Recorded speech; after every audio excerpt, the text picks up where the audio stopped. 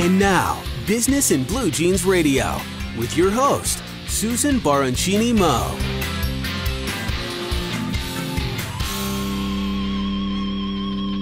Hello, and welcome to the program. Hey, thanks for joining me for the next half hour. It's going to be fun. This week, I interviewed David Meerman-Scott, who is a professional marketing, leadership, and social media speaker, and he is the author of 8 books, including 3 international bestsellers, all of which are on my bookshelf and sort of categorized in the official business reference section. David wrote The New Rules of Marketing and PR, Real-Time Marketing and PR, and Newsjacking. And he is actually one of my favorite people to interview because he actually delivers so much content that it is scary. Every interview with this guy is like a masterclass in marketing. So that's coming up in today's show. Told you it was good. Now, again, I want to let you know that before we get too much further in the show, I don't know how often I'm going to do this. It looks like I might do it every week, but it's kind of hard to say. This is just the first 3 weeks. So, we're still shaking out the bugs, still learning some stuff. But if you want to know when new episodes are posted, there are 2 ways to do it right now. First, you can go to businessinbluejeans.com. And at the top of every single page on that site, there is a pretty sign-up box with a beautiful green button. And all you have to do is put your name and email address in the form and click that pretty green button.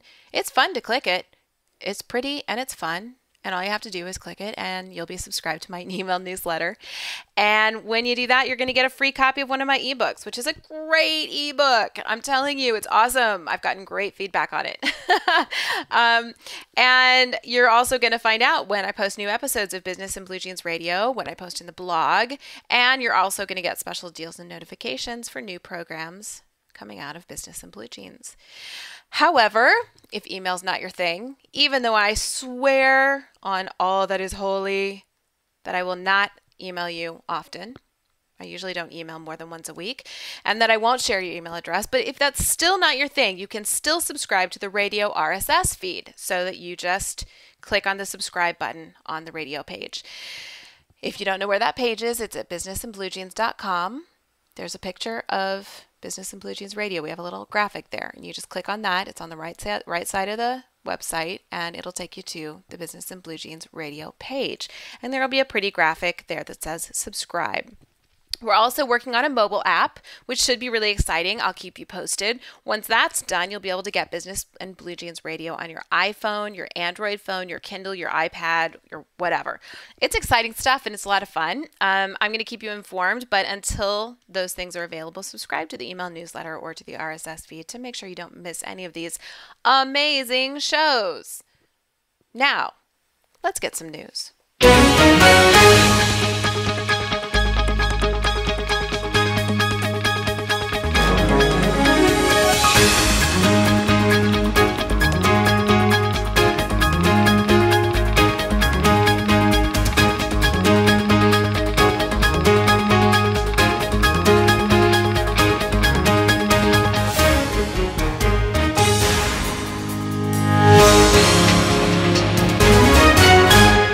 Welcome back. You're listening to Business in Blue Jeans Radio, and I'm your host, Susan Baroncini-Moe.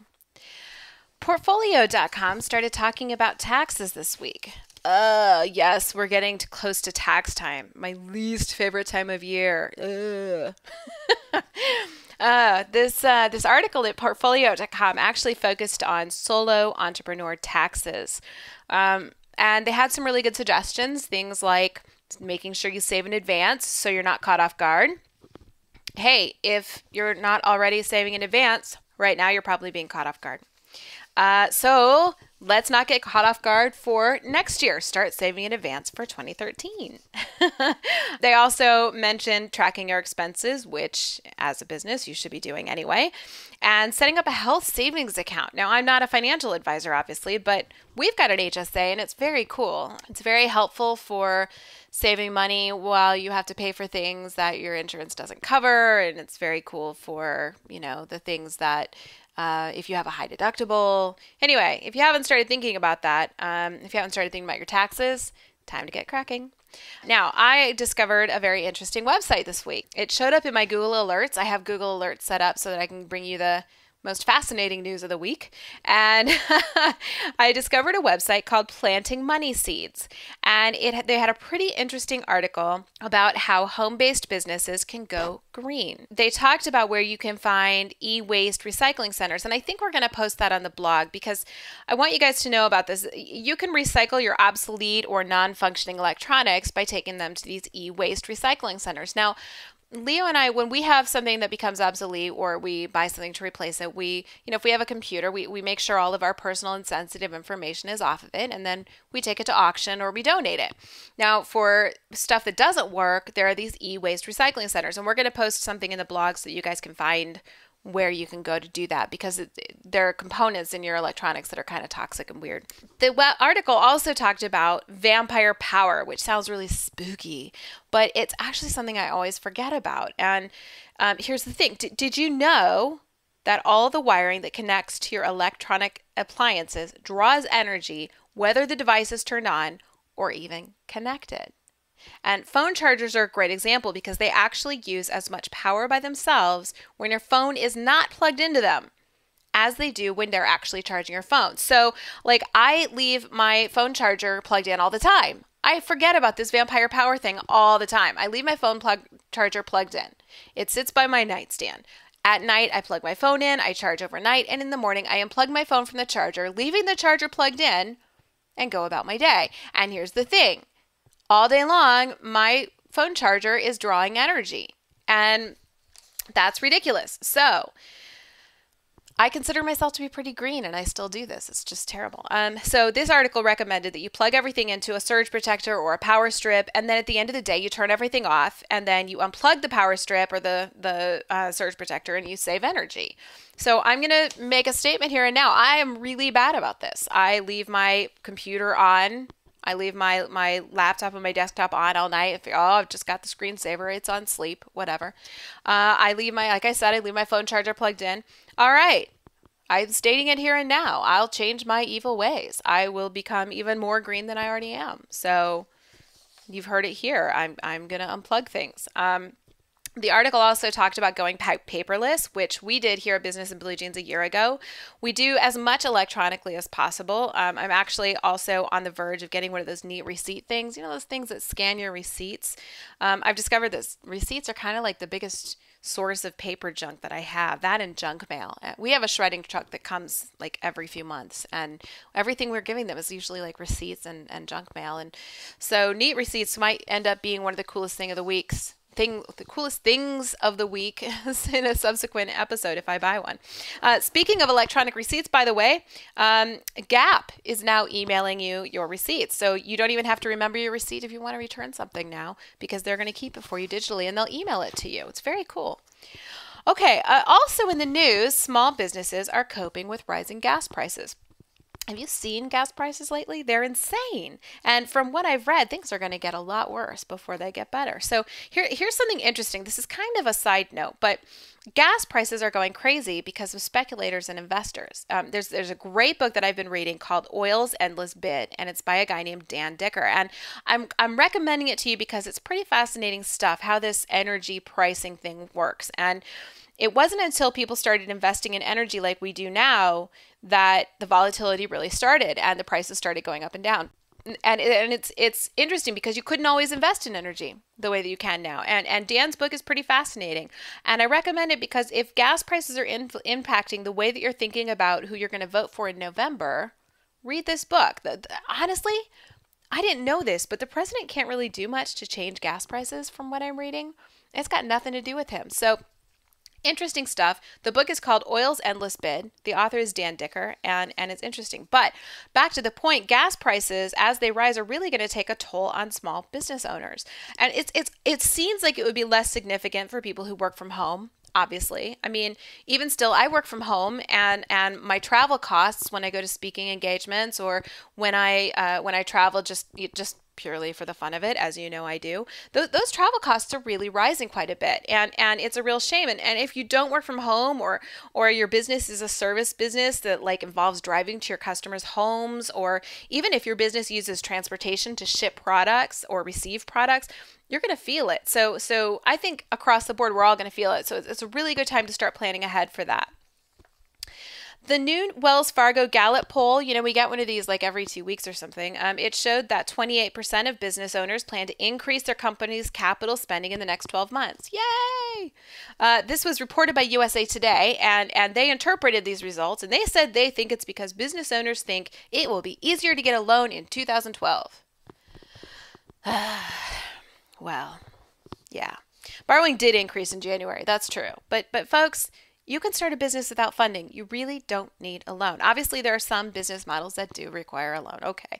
But it is so possible to create a successful business without the kind of money you need a loan for. Sometimes I just think, what are these people talking about? Also this week, Huffington Post reported that a recent poll by the Main Street Alliance, the Small Business Majority, and the American Sustainable Business Council reported that 78% of business owners in the study think regulation is important to help level the playing field with big business, and 76% believe existing regulations should be enforced. Interesting. Respondents said that their biggest concern is weak customer demand, and only 14% thought that regulation was a problem. And the survey respondents said eliminating incentives to move jobs overseas is the most useful thing the government could do to help stimulate job growth. Interesting. I mean, who'd they survey? We're not sure. We don't know. When they say small business owners, do you remember it gets so tricky? Small business owners. Do they own businesses like yours? Do they own businesses like mine? Or do they own businesses with 500 employees? I don't know. These results are so tricky, Let me tell you some more tricky results that came in. There was a new quarterly survey that was conducted by Challenger, Gray, and Christmas, and it said that the number of new entrepreneurs in 2011 was the lowest it had been since the survey began 11 years ago. This article said the reason for the disappointing results was that although Washington pushed through a number of small business incentives, very little changed in the actual economic environment. Okay. Businesses, they said, were very reluctant to make loans, and workers who were unemployed had few options when it came to funding their startup endeavors. Can I say this one more time? It's ridiculous. You can start a business with very little money. It's just nonsense to say that workers who are unemployed and want to start a business have few options. I mean, you have resources. Their biggest resource is you. And it drives me crazy. I feel like this represents a lack of understanding about the majority of small business owners in this country, as I've said repeatedly. As I've repeatedly and repeatedly, exhaustively said every week, I feel like, the findings might be true, but I really doubt the interpretation of the findings. And, just one more example of how careful you really do have to be when you read the news. Well, all right. Anyway, let's talk about something very cool. This is very cool. Last week, I talked about one of my favorite charities, Breast Cancer Action. Today, I'm going to share another one with you. I'm going to share with you Kiva. Kiva is a nonprofit company that allows you to lend as little as $25 to a specific low-income entrepreneur across the globe. You get to choose who to lend to. You can choose like a baker in Afghanistan, a goat herder in Uganda, a farmer in Peru, a restaurateur in Cambodia. There are people who sell secondhand clothes in Kenya or in the Philippines. The options are endless. There are actually even a few in the United States. And as they repay their loan, you actually get your money back. So it's kind of a no-brainer. I mean, it's like win-win, right? And it is a brilliant concept for supporting micro-entrepreneurs and for really helping people. So it's very cool. And right now, there's a thing that makes Kiva even cooler. In partnership with Dermatologica, which if you don't know, it's a skincare company, Kiva is actually offering 4,000 free trials. And that means you can donate $25 to an entrepreneur for free. And Dermatologica will pay for it for you. So that's a bonus coolest thing of the week because I think that's one of the coolest things I've ever heard. So check it out. You just go to kiva.com, Kiva.com. Coming up, my episode with David Meerman Scott, international business strategist, best-selling author, and mega successful speaker. But first, the coolest thing of the week.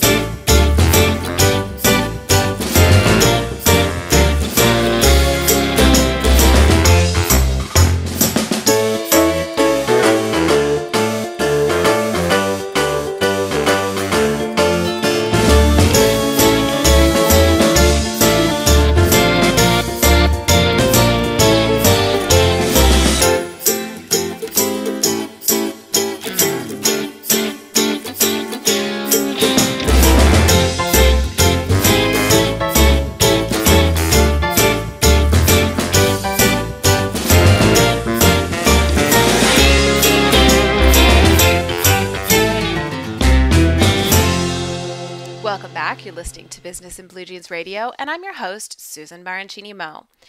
And now, the coolest thing of the week. The coolest thing of this week is Inspiration. It's a software that I've been using for almost 15 years now. I used it back in my academic days at the University of Iowa. I would use it for mapping course plans, websites, learning maps. It's actually an amazing mind mapping program. We use it now to create maps of the websites we're doing, product flow maps, any kind of map that we need. And it's actually, I think, it's usually marketed toward the academic world, but they're starting to market toward businesses now. It's fantastic. I've tried tons of mind mapping pieces of software and apps, and I've always ended up going back to Inspiration because it's the easiest to play around with. It's super intuitive and mega easy to edit in that environment. It's available online. You can also download it, and I think they're working on an iPad version. I don't know if that's available yet, but you can get a 30-day free trial, and it seriously rocks. I know a lot of people recommend like MindMeister and like all these different programs. Forget it. Inspiration is hands down the best mind mapping software I've ever used. And after 15 to 20 years, I still keep going back to it again and again and again. So that's the coolest thing of the week. Inspiration. I think all you have to do is go to inspiration.com to try it out. And now, my interview with David Meerman Scott.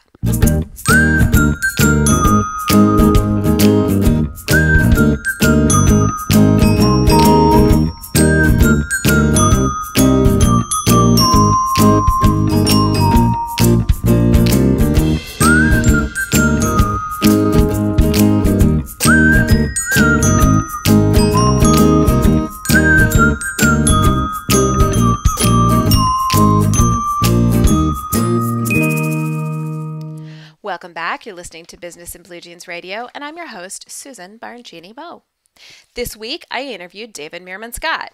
David is a professional marketing, leadership, and social media speaker, and he's the author of 8 books, including 3 international bestsellers. He conducts keynote presentations at corporate events and conferences around the world. And in fact, I recently ran into him at NAMM, the National Association of Musical Manufacturers Conference in LA, which I attended with my husband. And it was actually really cool because I had no idea that David was speaking that day, or even at that event. And the day before, Leo and I had jet lag and we overslept and actually missed Ray Kurzweil and Stevie Wonder. And I was really upset about that because they had this, this beautiful breakfast and they had, like this massive auditorium with thousands of seats. And, here's Stevie Wonder and Ray Kurzweil, who wrote one of my favorite books, and he writes all this cool technology stuff. And I was so upset that I missed that, right? But then the next day I was looking at what was coming up the next day, and I saw that David was speaking, and I was even more excited about that presentation. And I told Leo, we are getting up under no uncertain circumstances. Are we missing this? It will be horrible if we miss this. We can't miss it. Well, I ended up live tweeting the presentation, and it was awesome, by the way. And I think we have a link to that presentation if you want to see it. It's kind of cool. And I talked with David afterward, and it was great fun. We had a really good time. And so David is an amazing public speaker, and if you have a chance to watch his presentation, which he did put up, I think he put it up on Vimeo. We're going to put the link on the website. And David's book, The New Rules of Marketing PR, is one of my favorite business reference tools. That book opened people's eyes to the new realities of marketing and PR on the web. And it was 6 months on the Business Week bestseller list. It's been published in 26 languages, including Bulgarian and Vietnamese. It's in its 2nd edition, and it really is a modern business classic. It's a fantastic book. His newest book, Newsjacking, is getting really strong buzz around the world. He's also the author of Real-Time Marketing and PR, which achieved number 2 on the Wall Street Journal bestseller list and number 3 on the USA Today bestseller list. David is also the co-author with Brian Halligan, the CEO of HubSpot, who I'll be talking with in the very near future. You'll hear from him soon. They wrote together the international bestseller Marketing Lessons from the Grateful Dead, what every business can learn from the most iconic band in history. And David also wrote 4 other books, including Worldwide Rave. His blog, Web Inc. Now, is ranked by Ad Age Power 150 as a top worldwide marketing blog. And David has lived and worked in New York, Tokyo, and Hong Kong, but he currently lives in the Boston area. So that's the scoop on David. And now that I've introduced him, let's get into the very first clip from the interview. I started out first being incredibly petrified. I couldn't speak in front of a group of 10 people. So I spent 6 years doing Toastmasters. And I highly recommend Toastmasters to anyone who's getting into public speaking. It's an incredibly supportive group of like-minded people who want to hone their skills at public speaking. There's clubs all over the world. I actually was in a Toastmasters club in Tokyo, which is where I started. That was 25 years ago that I started doing that. Then I started to speak a bit with my business, and I was working at the time as a marketer for an American company, and I would do speeches at events and whatnot, small events, maybe 25 people in a room, that kind of thing. And I just did as many as I possibly could and tried to learn from every single speech I deliver. I still actually, 500 speeches later, I'm still learning from every speech I deliver. Then I moved back to the States. I was still speaking for my business, and in 2002, I was sacked from my job. It was a really tough market to get a new vice president of marketing job. So I started out on my own, and I realized as I'm running my own business, one of the most important things I can do is, as a thought leader, was to be able to speak. So I started speaking for free. I started to speak for anyone who would have me in industry events and whatnot about marketing. And I would speak, I would be on panels, I would moderate panels. Sometimes I got an opportunity to speak at a breakout session for 50 or 100 people as part of the conference. And again, continue to hone the craft, continue to learn, continue to just focus on individual aspects of my speaking. Like one speech, I would just focus on my breathing. I mean, I had to deliver the speech, of course, but it's just focus on my breathing. Another speech, I would focus just on where I plant my feet when I deliver important parts of the presentation. That kind of level of honing my craft. And then I started to actually get paid to speak. At first, it was just they would pay my travel expenses, and I wouldn't get any money other than they would pay my expenses. Then I would start to get $1,000 and then $2,000. And then my book, The New Rules of Marketing and PR, became an international bestseller in 2007, and I started to get quite a few more speaking engagements as a result of that and started to raise my fees. And then I got a lot of international gigs, which I really liked, raise my fees even further. So I'm at $25,000 for a keynote speech now, and I do about 30 or 40 of them a year. And I'm still, like I said earlier, I'm still learning. I'm still honing the craft. I'm still trying to get better. But I would say to people who want to get out there and speak, either as a thought leadership exercise to talk about what they're good at, or if they want to do what I've done and make a full-time job of it, you have to take it really seriously, and you have to work very hard at getting better. You need to either join a club like Toastmasters that can provide peer support, or do the other thing I did, which is get yourself a speaker coach. I've been using a speaker coach now for about 5 years, and I work with him on a regular basis, and he helps me out. And some people think that's weird because I'm a professional speaker, and people think I'm pretty good at it, but I'm still using a speaker coach, and I really think you just have to continually get better. But as you're starting out, accept every gig. If you speak to your the parents of your kids' class, speak to, as you said earlier, the Rotary Club. I mean, whenever you can get an audience to practice with, that's great. Now, David and I got into talking more about speaking, how to be a successful speaker, and also we talked a lot about giving stuff away for free and how that can serve you in your business and help you to really grow an amazing, crazy big audience. So if you liked this clip, you want to hear more, you can hear the full hour-long interview at businessandbluejeans.com by signing up for the Legends of Mega Success Business Growth Program. You'll get this interview plus every interview that I'll be doing for Business and Blue Jeans Radio. You'll also get webinars from my friends and partners and a whole lot more. Now, in this last clip, I asked David about his favorite qualities in a client. Those that don't take things too seriously. It was a brief answer, but I thought it was awfully telling. And, I think that's kind of the beauty of those questions I ask at the end of each interview is that really they're sometimes really revealing. So they're interesting to find out how people do business, how they interact with their clients, their audiences, that sort of thing. Again, if you enjoyed these clips and you want to hear more, they are available in their entirety at businessandbluejeans.com in the Legends of Mega Success Business Growth Program.